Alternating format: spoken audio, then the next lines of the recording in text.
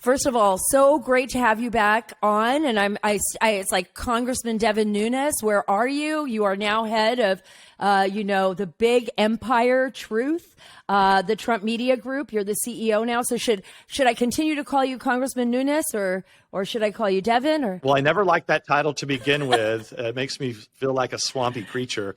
I always prefer Devin, Sara. I know. You know that. That's so I'm still gonna go by that. That's so true. That's so true. Probably people that are listening don't know that.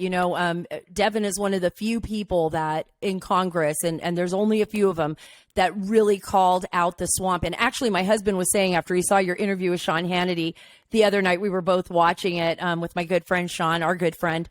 He was saying to me, here's a guy that really knew how to represent the American people and his constituents. Here's someone that was willing to take the fight all the way, not back down. You never did. You never backed down. I remember early on when they were coming after you, Devin, I remember sitting there watching this like wave of media and these attacks coming from Congress. Yeah. What do you think gave you that kind of strength? I think I know what it is, but what gave you the strength to continue that fight? Well, I would say that's one of the reasons why I moved over here to the Trump Media and Technology Group, because I want to continue this fight. And, I got drugged back into the Russia hoax stuff during this past week, which, look, I'm more than glad to go out and talk about, because we want to see people pay a price for these major crimes to try to put a closure to this dark chapter in American history. But at the beginning of that, essentially I knew that, I had been the one that was critical of how bad Obama and Biden were doing against Russia. I called it the largest intelligence failure since 9/11, 2001. That was early 2016. Absolutely. So you can imagine if you fast forward and all of a sudden it's Trump and Russia, and then, oh my God, there's all this new evidence. Well, I was chairman of the House Intelligence Committee. They weren't doing a damn thing about Russia. So don't sit here and say that, oh yeah, there's Donald Trump's doing something with Russia, if you could never show me 1 ounce of evidence. Right? There was zero, nothing. So you basically knew right away it was made up. And then when they started right after that, when I started just raising basic questions of, hey, what do you have? Where's the intelligence at? And you show me a bunch of P-tape nonsense, and I'd been around the intelligence and remember, world for I just want to remind all of the audience, because you brought up, this is an important point. The P-tape nonsense came out specifically because James Comey, James Clapper, and John Brennan went to Trump Tower in January of 2017 and purposefully briefed the president on it so that Clapper could then go ahead and leak it to CNN so that it could be a story. But the thing about it is that they all knew damn well that there was no intelligence in that. No, there's no possible way. You can't be at the level that all of those high level people are at and ever have that anywhere near an intelligence agency. There was nothing in that wasn't just quickly debunked almost immediately by a first-year FBI agent. So clearly they knew it was bogus. That's just the common sense test. And look, they've continued to evade Durham. We don't know if they're ultimately. Well, I guess you had one lawyer that got caught lying to the FISA court. So it's going to be interesting to see how Durham puts all this together. But I guess just to put closure on this, Sara. The way that I knew this is that it wasn't, you had the P-tape, the Steele dossier, all that garbage. And then it wasn't shortly after that when I said, what the hell is this? And then all of a sudden they said, oh, well, Nunes must be a Russian agent too. And that's where I said, okay, this is enough of this bullshit. And I knew they were lying. I can say that on the show, yeah, totally. Right? You can say bullshit on my show. Yeah, absolutely. Yeah, and I can say that now that I'm not in Congress. I don't have to be as family friendly as I'd like to be. This is not a family-friendly situation. But it's just something that I clearly knew was wrong. And the more that they attacked, the more that, and then there were very few journalists, you being one of the very few. And just slowly we had to, it was just a lot of hard work to get to the bottom of all of this. And of course, we've made 14 criminal indictments involving dozens of people that I've talked to about with you and your listeners on your show in the past. But I would say that I can say this. I never want to talk about what's in our indictments, but I'm calling them indictments, but criminal referrals. Correct. I'm hoping they turn into indictments. That's right. And I've been really curious. I know you're not going to talk about those criminal referrals in any detail, but now that Durham's obviously let the cat out of the bag. We've been saying it from the very beginning. Everything kind of points to Hillary Clinton. I don't know if she'll ever be indicted for anything. They call her Teflon Clinton, Teflon Hillary. She's always seemed to put a lot of walls between her and literally take people down. So the only reason she has people close to her is so that they could be the fall guys for her, in my opinion. Yeah. Well, what I was going to say is I don't want to talk about what's in those referrals, criminal referrals, because I want Durham to be able to do his job, and there's a lot in those that at some point those will all be disclosed once Durham finishes bringing whatever indictments he's going to be able to bring. The trial, the trials begin and the trials end. Hopefully, people are brought to justice. I assume he'll have some type of report, or we may just see it like we're seeing it now. He may just throw everything out during the trials, which would be fine. That'd probably be a proper way to do it. But what I was going to say is this latest fiasco that we learned from this company with this tech executive one who was highly placed, being able to spy on Trump's apartment, Trump Tower, President Trump while he's in office. I can tell you that was not in our criminal referrals. So we did not know about this. And this is a whole other problem. How is it possible that this was hidden from all of us? Right. I mean, that's what's so bad about all this is that, we had subpoenas out there. And so, it'll be really tough. But, when you don't comply with a subpoena, or you only partially comply with a congressional subpoena, you're really just, and then it's really misleading us. Oh, absolutely. Right? Because they had to know. We would have been really interested if some guy's gleaning dirt and then making stuff up and feeding it into the FBI and CIA. We should have been able to interview this company and get to the bottom of this company. It would have been a center point of our investigation, but we never found it. And that's really interesting. I remember when John Solomon and I actually broke part of the story that the FBI was basically poo-pooing the whole pinging back and forth between Alpha Bank and the servers at Trump Tower. The part that I don't think we did know was that there were also, like you said, that this company and that this Jaffe was basically also monitoring the highway between the White House and. Well, Sarah, I think what really happened there is they did not want. You're exactly right. One of the few things the FBI was perfectly clear on from the very beginning. One of the very few things was. And it ends up they actually were not clear. Right. We probably should have figured this out at the time. They came out almost right away, said, "Oh, no, nothing here. Alpha Bank, servers, that's all nothing. We looked into that. Just don't look here, Congress. There's nothing. We don't have anything with this." And clearly they did, because this was a contractor of theirs or somebody they're associated with. And clearly they knew a whole lot. Well, that's why they didn't want you looking there. So it should have been obvious to us, but it wasn't. It was basically they got our, they kind of deflected us and turned us a different direction. And, we might have found it had they not done that, right? I mean, what the FBI should have said is, hey, we didn't find anything to it, but you should know, here's who brought it to us. And this is the reason why. And we have some concerns about it, and you need to go look into this. And that would have led us right to Tech Executive One and this company. And, that probably would have spearheaded. We don't even know how long they had access to the communications architecture at the White House. I don't know if that lasted a few months, a year or I was going to ask you. But I can imagine it is pretty clear to me now when I went out and eventually told President Trump that, look, unmaskings were occurring improperly. It looks like reverse targeting so that they could effectively spy on your campaign using the intelligence apparatus. Little did I know I was essentially directly right over the target. You were directly over the target, and they could see that path. It was much worse than just the unmasking. Well, you're absolutely right. One of the things that was interesting, and then I'll jump right over to your new job and all of the incredible work that needs to be done, I believe, for the United States, and in order for us to keep our ability to be free, speak freely, and not be censored, which is what you're in charge of right now. Part of me still wishes you were in Congress. Still wishes you were, this 2022 midterms that you would be heading the Intelligence Committee once again. But it's okay. I think you're doing God's work where you're going to be at.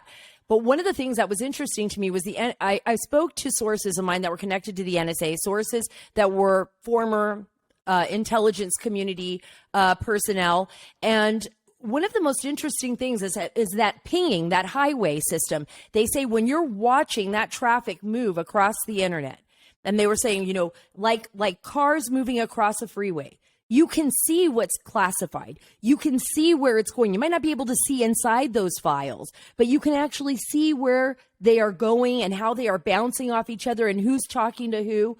So you can glean a lot of information off of that. Well, and look, we don't know what we don't know at this point, but I would say that needs a whole lot more investigating. I just highly doubt, just by, you know, because just when I think it can't get any worse, it gets worse. The position and the contracts that it appears this company holds, and Tech Executive One, the position he had, he was well placed across the entire communications architecture of the United States of America. So, look, I just highly doubt. I mean, they've tried to explain it away. The fake news has basically ignored this, and they're trying to explain it away typically like, oh, this was totally normal. Well, no, not only normal, but this company has to be looked at. All the contracts, they have to be looked at. Congress should be demanding that now to make sure. I'm sure Durham has it all, and maybe ultimately Durham will turn that over to Congress. Do you think it's possible that this company may have had contracts with like hospitals or major well, I think because you can hide files in files, right? I mean, under HIPAA laws, under different things. I mean, if you were looking at something and you didn't want someone else to look at it, couldn't you just swing it, put it in a car? Well, I've been a little bit busy here in my new role that I know we're going to get to in a second, but just a little bit of reading that I've done, just kind of reading up on this company and this individual, it's pretty clear that it wouldn't be hard to believe that this company has very high level, possibly very sensitive contracts across all of the providers. I mean, look, that's just what I've read just on the internet, which doesn't mean that it's true, but it does mean that there's enough there that this company has clearly had, at least with circumstantial evidence, had access points all over the United States. And from there, Sarah, I can't really answer anymore because I just don't know anymore. And I don't want to just talk out of school here, but that would be where I'd be investigating. Oh, that's a really great point. Okay, I'm going to jump right to it because I know I don't have a lot of time with you. And this is, to me, probably one of the most important moments in our history right now as we're coming up to the midterms, 2024 presidency. We as Americans, so many people, I know all the listeners out there listening right now, feel that we are losing our voice in these social media giants. And now you're the CEO of Trump Media and Technology Group. Yay. I love truth, by the way. Tell me a little bit about that, what drove you there, and what do you expect this to be fully operational? Well, I think it's pretty simple. I see this as the fight of the century. And so although I really miss wearing ties every day in Congress and wearing my mask in Congress and having my vaccine passport readily available to get into anywhere in Washington, D.C., I really miss that, Sarah. So much. But not just kidding. But look, this is the fight of the century. I was one of the first guys to be shadow banned on Twitter, busted them back in 17, 18 timeframe. I watched them, how they suppressed my followers. I watched how well I did on gaining followers on Rumble, which, Rumble was basically, I was the first guy to be on Rumble in the whole country, really, in the United States. I mean, any political figure. Right. And, quickly I ballooned up to 400,000 followers on a platform that nobody had ever heard of. I mean, and now I'm almost at 1 million. So, and, here I was on YouTube, not knowing the difference, and I didn't know anything at that time. I thought, well, if I got 8,000 followers, that sounds like 8,000 great people. And little did I know I was being so suppressed that once it just got out there and broke free, all of a sudden I had, 800 and some, almost 1 million followers now on Rumble. I mean, it's just incredible. And so many other people like me have seen that happen, that phenomenon. Look at Joe Rogan on the Rumble. Look at what's happened to on the Joe Rumble Rogan platform. I mean, look at what's happened to Joe Rogan on Twitter. Yeah. Look at what's happened to all of us. And so the same thing is true. So I watched what 300,000 of my followers on Twitter get vaporized. Twitter's kind of just a dying, decaying place. And I had said that, look, I'd been saying this, and I warned about it in a book that I wrote back in 2020 called Countdown to Socialism, which I think I might have came on your show and discussed. But I actually warned about this, that the social media companies, it was bad. They were basically the funnel for what people receive in this country. So I don't really care about because having fought through it, it doesn't seem fair when you have 95% of the media that is left wing and working on behalf of people, and you only have 5% that is maybe center to center, right to right. I'll take that fight all day long, because most of the 95% are pathetic individuals that are just getting paid under the table. They're very predictable on what they're going to write, and typically they're wrong. I don't care about that. Because you could just watch the Russia hoax, and eventually we were able to get the truth out just with that. But they're still fighting you. They're still fighting everyone on the right. I mean, even right now, let's talk about with truth. You can already see the same players, the same media outlets. It's just another platform. It's gonna, it's not gonna do as well as Twitter. They're already trying to, they did the same thing with Durham this past week. It's a mind game they like to play with conservatives, and they do a good job at it because there's so many of them. So we have to overcome that. Yeah, and what I was, and I don't want to go on and on here, but just simply watching Rumble, and then being one of the first to go to Parler and watching Parler, I know the power of an open and free internet. And just to make it worse, when they kicked, so not only did they bury the Hunter Biden laptop story that likely swayed the outcome of the election, for sure, Facebook putting nearly $500 million into nonprofits to go harvest votes clearly swayed the outcome of the election. But they also have they've stuck conservatives and independents into what I call the internet ghetto somewhere, where we can't even communicate with each other. How are we going to overcome that? How are we going to overcome that, where they can't do what they did with what they did with Parler, or where we can have platforms that are protected with servers that we can put our platforms on? And by the way, I'm excited about truth, but can we do something like Facebook too? Can we make it big? Let's get real big here. Well, we got to do one step at a time. So basically, then when the final straw is when they kicked President Trump off of all of social media. So at that point, I was running around the country last year saying, look, this has got to be fixed. We need a social media platform that can't be canceled. We need something that, like Rumble, which is a YouTube alternative, we need something similar, just it's a basic communications architecture platform. So that's why I left. That's why I'm doing this job, because I do believe it's the fight of the century. President Trump asked me to come and do this job because we just want to open the internet back up. So this isn't, it's really, every day it's exciting. We've got people working 24/7 right now around the clock. And we are, despite what the fake news continues to say, it's kind of funny because I keep reading all of this fake news about how bad we are. We'll tell that to all the people who are already active on the platform. I think it's phenomenal. We've been bringing people on the platform, and now I sense more excitement about this than in my early days on Rumble and some of the other alternative platforms. People are so excited. They're posting a lot of content, and and our goal is to make sure that we protect this infrastructure. We want to have high quality, as good as we can have in a short amount of time, make sure people are able to access the platform. That's our goal. So right now we're trying to walk before we can run.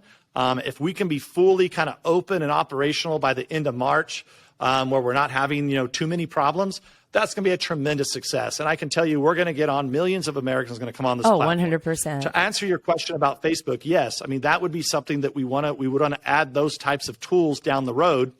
And there's so many other things. They're leaving the fairway wide open with this woke cancel culture.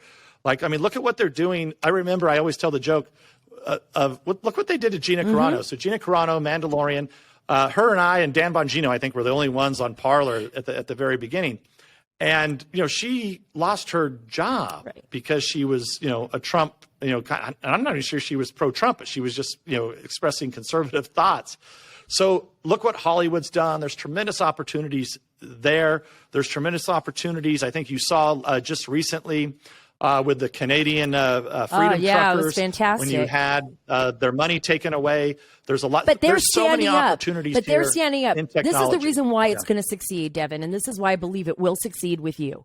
Because even in Canada, while I was there, even under the threat of being their bank accounts being taken, their trucks being taken, their livelihoods being ripped out from under them. Those Canadian truckers that I met, who were, by the way, nice, good people, not racist, not misogynist, just regular Joes with calluses on their hands from working a full job, a tough job like the farmers. And they did their job. They said they're going to stand up. They're not going to care. They don't care. They said, take my truck, take my bank accounts. We are not going to stop. And that's important. And I guarantee you, too, that the freedom truckers right now are being suppressed across all of these social media platforms. So this is why we're going to succeed, because we're going to be here. We're going to be able to stay up. It's not going to be easy, but we're going to stay up. We're going to stay alive. And guess what? The Canadian freedom truckers are going to be able to join our platform.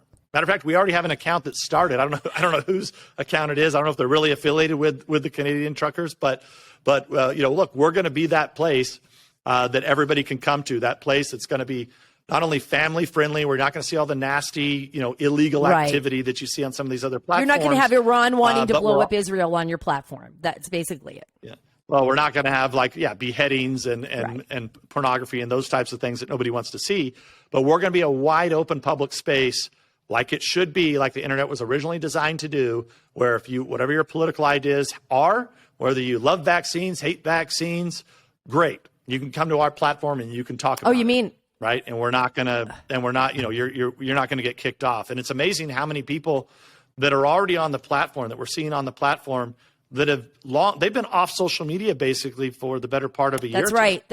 Amazing people that are putting up just amazing videos that we're seeing on our platform so far.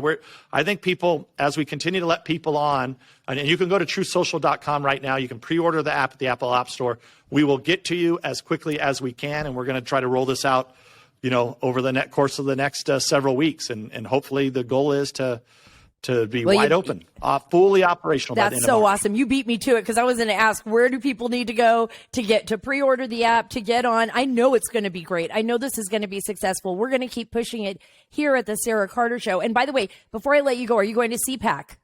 Are you going to be at I am. Yes. I'm so excited. You know what? Too. It's like a bad penny that follows me around every time. I was originally supposed to talk about Trump Media and Technology Group, talk about Truth Social, but guess what? I just got changed, and it's not a bad thing. You're doing Durham, but it's like this Russian cloud that just follows me around, that I always have to answer these questions. So I'm going to be on a panel. Lee Smith, that's going to be great, is going to be interviewing myself and Kash Patel, who was our lead investigator on the Russia hoax. So I just can never get away from this damn Russia. You're never going to get away from it. You know what you should do is just get Vladimir Putin on the line while you're there, and just be like, dude, just let it all out. On speed dial. Yeah, I'm going to get him on speed dial. Just get him on speed dial. So I'm going to FaceTime him in right on my phone. Oh, wait, only Biden has that. Only Biden has that speed dial number right now. So thank you so much for being on the show, Devin. Kash Patel's awesome. I can't wait to see you all at CPAC. Where they're selling out. They basically sold out of all the premier tickets at CPAC. I went online to look at that, and it was all gone. Well, I'll be on Kash and I with the interview by Lee Smith. We'll be on Saturday. That'll evening. be just before maybe, somebody very big. Some big VIPs are going to be speaking that night, maybe Sunday night too. So very excited. And you're one of them. I'm not going to wear a tie. I'm not wearing a tie. This might be my first time. Last few times I had to wear a tie at CPAC. No ties. That's so good. I don't want to see you wearing a tie. You're not in the swamp anymore. Although I don't know, because my boss, you're leading a battle. The president, he's like the man, always wears ties. So I don't know, but so far he's going to let me not wear a tie. So hopefully that is true. He is very particular. He is very particular about the way people dress. I get it. I get where he's coming from. I can't wait to see him speak. I can't wait to get to CPAC and just see everything. I think there's a big red wave coming, and I think the Democrats need to be shaking in their boots right now. Well, and look, and I'll tell you this, Sarah, we're going to be open to independents and Democrats too. So I think even they will be amazed. We actually do have, I don't want to say it yet, because, we'll let them say it themselves, but we do have some Democrats who've already committed to the platform, some very independent people that have committed to be on the platform. So, it's exciting. We want to be, we're not going to censor them either. Yeah. Right. So we want to see that interaction. So I'm not Pollyanna here. I think most of the fake news naysayers, they'll probably get secret hidden accounts and not really say who they are, and they'll be trolling over watching everything that goes on what is going to be the open and free site to open the internet back up. Yeah, that's going to be awesome. I can't wait to see who those Democrats are. Maybe it's Bernie and his bread lines. We're open to it. You can brag about the bread lines all you want. Just give us an opportunity to slap them down. And Joy Behar, by the way, I bet if you send her an invitation, I bet she might just be willing to say no. Thanks so much, Devin, for being on the show. Thank you, Sarah.